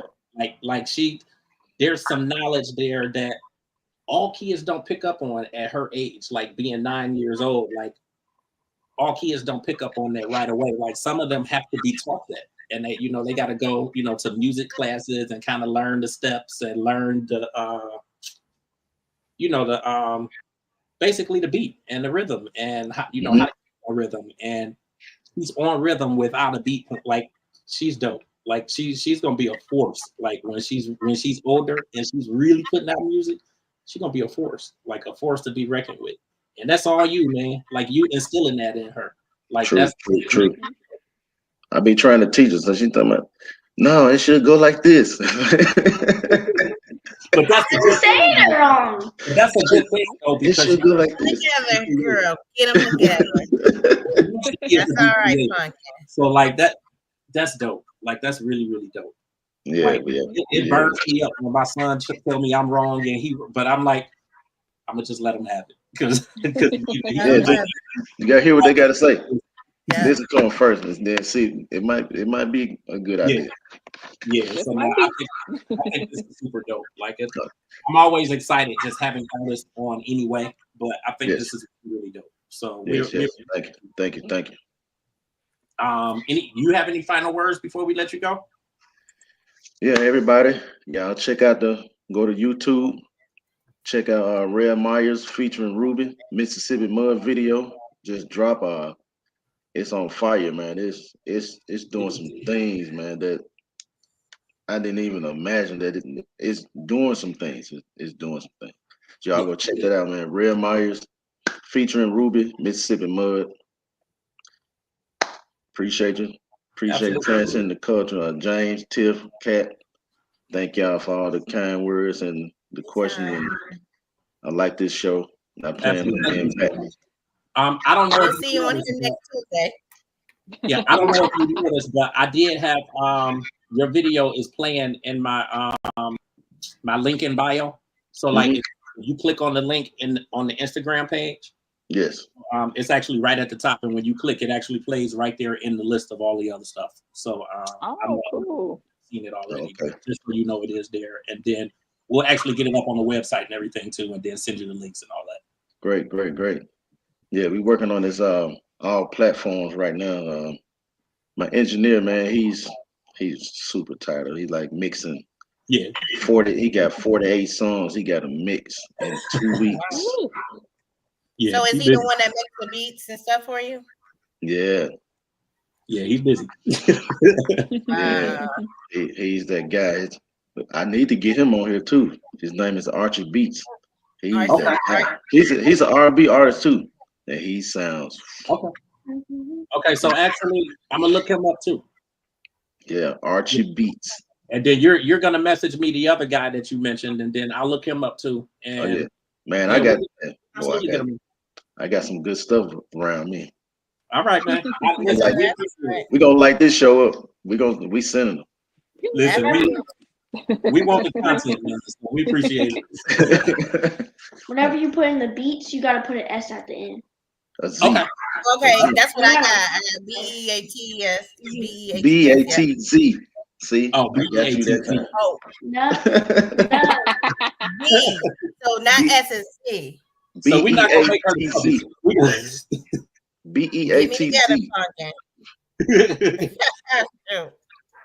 All right, man. Ruby's world. All right, y'all have a good night, man. Okay, man. God bless y'all, man. Y'all be safe out there. Yes, Bye, sir. Rell. Bye, Ruby. All right. Bye, Ruby. Bye, Rell. We had Listen, some great guests. I think that little history that he gave us had me a little like, for real. Listen, I was wanting to hear more. It's nice to have we had really, really dope guests tonight. Like, we have really dope guests tonight. I think this was really, really dope. I appreciate y'all. I know we was on that. We were still talking about BET. We done went way over. I was about to say, I think we pretty much touched on everything BET, but I did want to do a couple shout outs before we go. Absolutely. I wanted to shout out Bronny James for getting Lakers. The Lakers. So absolutely, it's something they're going to be making history. We got two kids from Akron going to be playing together, father and son. So I know Akron, Cleveland, Ohio, everybody stand up. We are so excited. Everybody's excited for that. That's super. We done transitioned over from the Cleveland to the Lakers. Everybody in Ohio, we said F Cleveland. Because we ride for Brown. We ride for Brown. So it's Lakers in 3. Like, nah. I think it's super dope. Like, I was just talking to somebody a couple days ago just about how LeBron, like, he's always been that stand-up guy since being in high school. Like, he ain't had no trouble, no issues. Like, and you could tell they raised the kids really good. Great role model, great father, great husband, and people, especially like I was talking about how the rappers and the athletes and stuff that people look up to, and they're looking up to a lot of toxic people and want to clown. They always clowning Brian. Oh, he whipped, his wife got him whipped, or Brian ain't gonna do this, or Brian ain't gonna do that. He's a stand-up man. He not doing all the stuff that y'all doing. So y'all can't compare. Brian knows his standards. First of all, he knows his standards from a kid all the way up to now. He's been with Savannah since high school. So, you're right. Okay, and it's so sad because people are trying to find some. Oh, he cheated on Savannah. Man, let me tell you what. I think if he was to cheat on Savannah would be the type of person that's not gonna fall for that. First of all, let's get that established. She ain't gonna fall for it. I don't care if it's any amount of money. She's not falling for it. He ain't stupid. Let's get this but it's like, he ain't stupid, but the thing is, I mean, I'll be saying I can't never judge nobody's relationship, but the thing is, ain't no dirt or nothing, ain't never touched her doorstep. She ain't never had to worry about nobody selling pictures to TMZ or anything like that. So that's the number one thing. He's very respectful of his wife and his relationship with his family. Absolutely. And that shows off in his children's work ethic and everything that they do. And for his because his kids look up to that. Yep, you're right, cousin. His kids see that. His kids look up to that. His kids know how to, treat a woman in a relationship, and with a daughter, vice versa. You know what I'm saying? So he ain't got time. But see, we on the outside looking in. So we don't know what's going on in their household. We don't know what's going on in the household.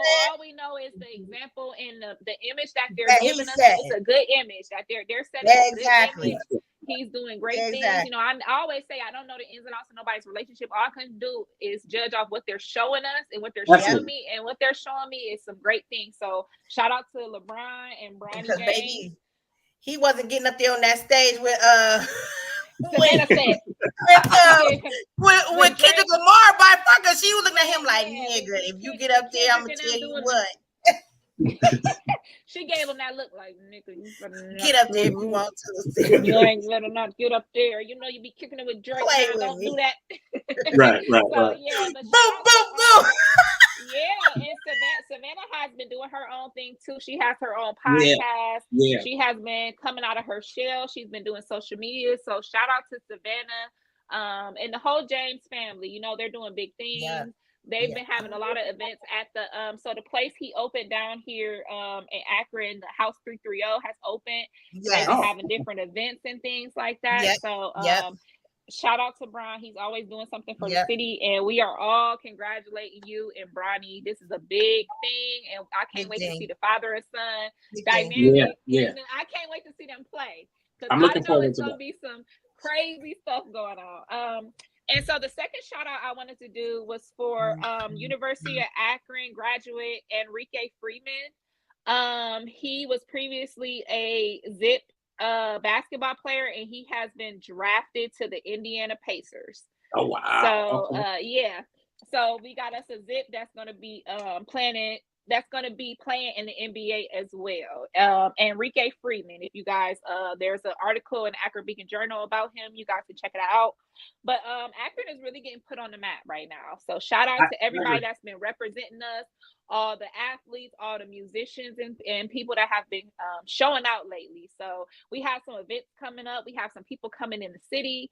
So shout out to Akron. You know, I love me some Cleveland, but you know, Akron, we need our little shine too. So the city is really growing. Like I haven't stayed down there since 2000.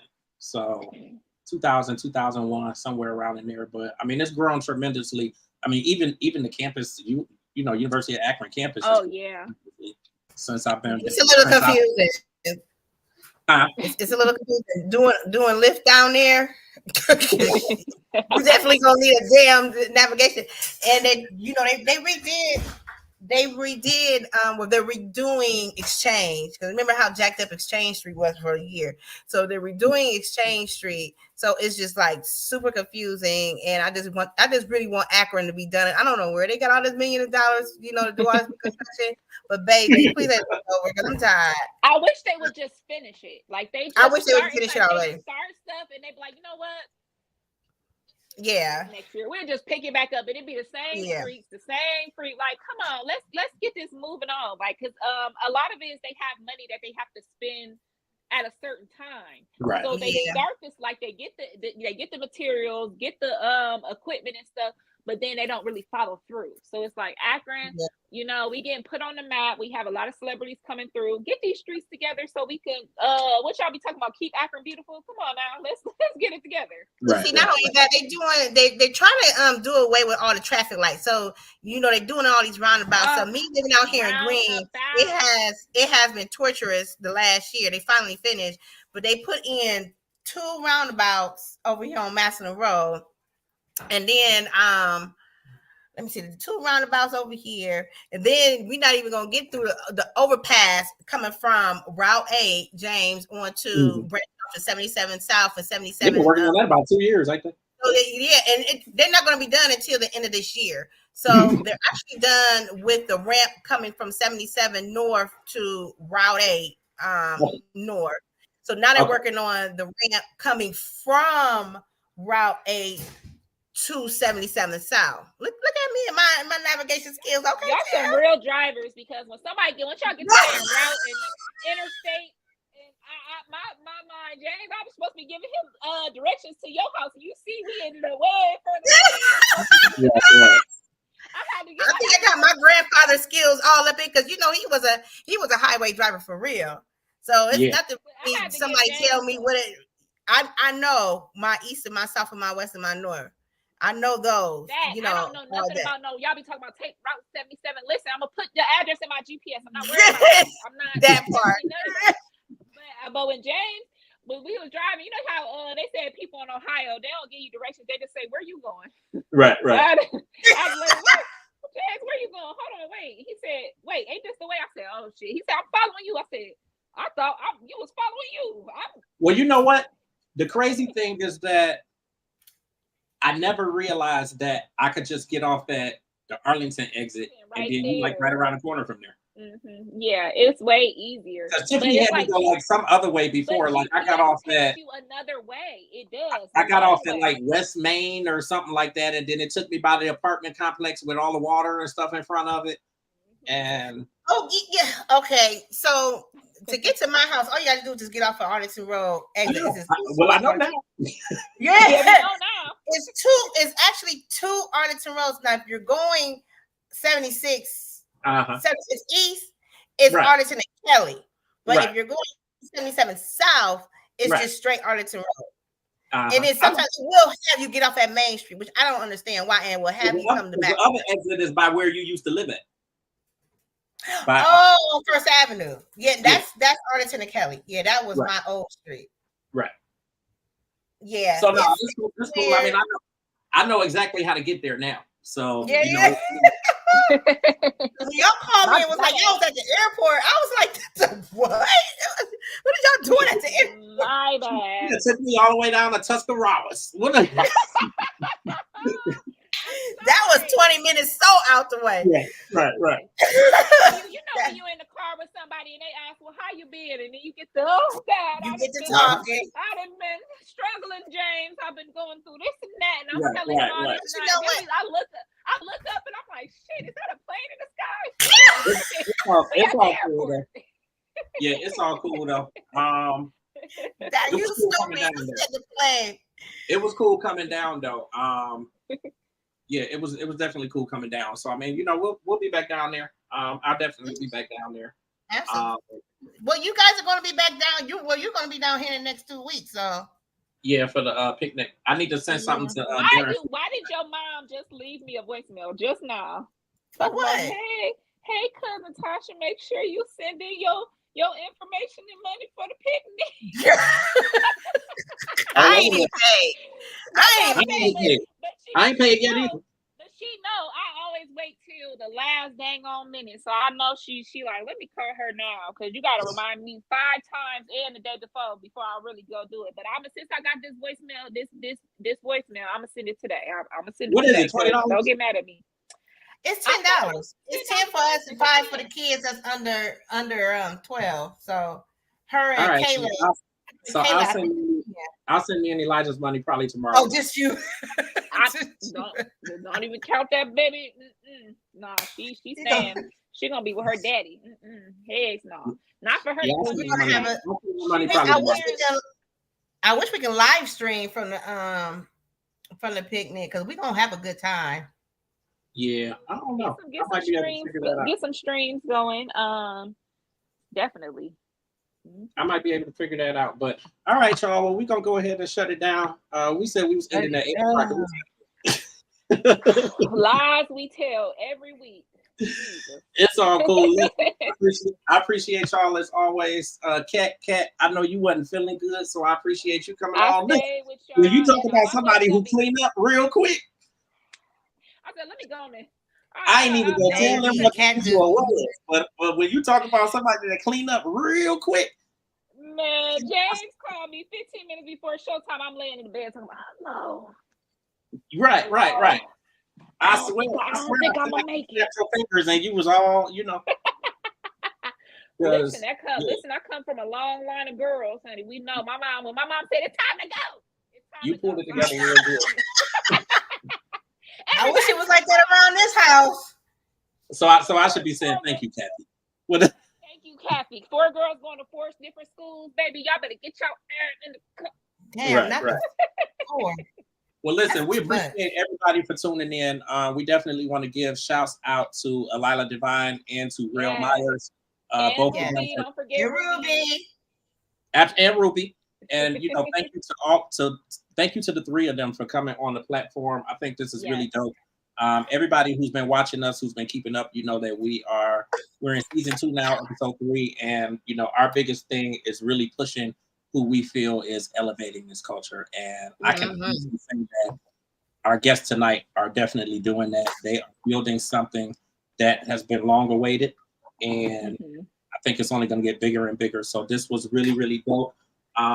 Make sure that you check both of our guests out tonight. Rell Myers is at RELLMYERS, and Alila Divine is at Alila Divine, ALYLAHDIVINE.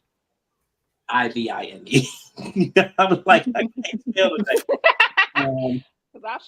And then obviously you can go back and you can watch this whole video on YouTube, but understand that it is going to restream tomorrow evening, same time at 7:00. It will at that point be streaming to Apple TV, Roku, and Amazon Fire. So we will be on those platforms. Remember, you can also check out Open Letters to a Survivor. That's one of our other podcasts that is on the network with Lady Poet and K Love, and guesting in as well is Cassandra Williams. So you can catch that also on the network. We're actually working to get the website for the network up. That actually should be up tonight. So then you'll be able to hit UG Digital Podcasting and Radio, UGD Podcasting and Radio.com. Yes, look at Open Letters to a Survivor. If you are feeling like you need some therapy, or you need group therapy, or you going through something, or you emotional, check out their podcast, because I was on there the other day, feeling like I was like, oh geez, they're doing I need to let this out. Like, they're really doing some good things for people with mental health and just emotional health overall. So definitely check out the podcast. And they're doing solid numbers too. Like, their numbers are looking really, really good. Yeah, they have a lot of engagement. Absolutely. I think people really need that. People, like I said, people are going through so much stuff, and people are reaching out to different communities. So definitely. So yeah, that'll be UGD Podcast and Radio.info, INFO. So that should actually be up tonight. Domain has been purchased. Site has actually been built, and videos are all up on there. So they'll be able to catch us there, and of course, Transcending the Culture is there as well. So you can catch our past episodes from this season as well as last season on that site as well. So that should be up tonight, and just keep up with us. I am. My social media, is I am James Grant across all platforms, and then I also have at Authentically James. Okay.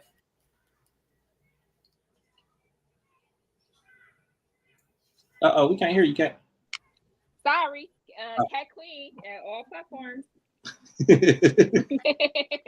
And Tiffany Milliron 7 at all platforms. She looked funny the way she said that. Listen, y'all, thank y'all for tuning in. We're gonna let y'all go. We've been on here for 2 hours and 15 minutes, so it is definitely time to go. It's time to go. Yeah, it's time to go. Anything else y'all need to get out there? Nope. Got to All go. right, y'all. So make sure y'all follow us. We'll be back next Tuesday. We will announce the guests over the next couple days. Y'all have a great evening and enjoy the rest of your weeks, and we'll see you next Tuesday. Enjoy the course. Bye, everybody. Bye.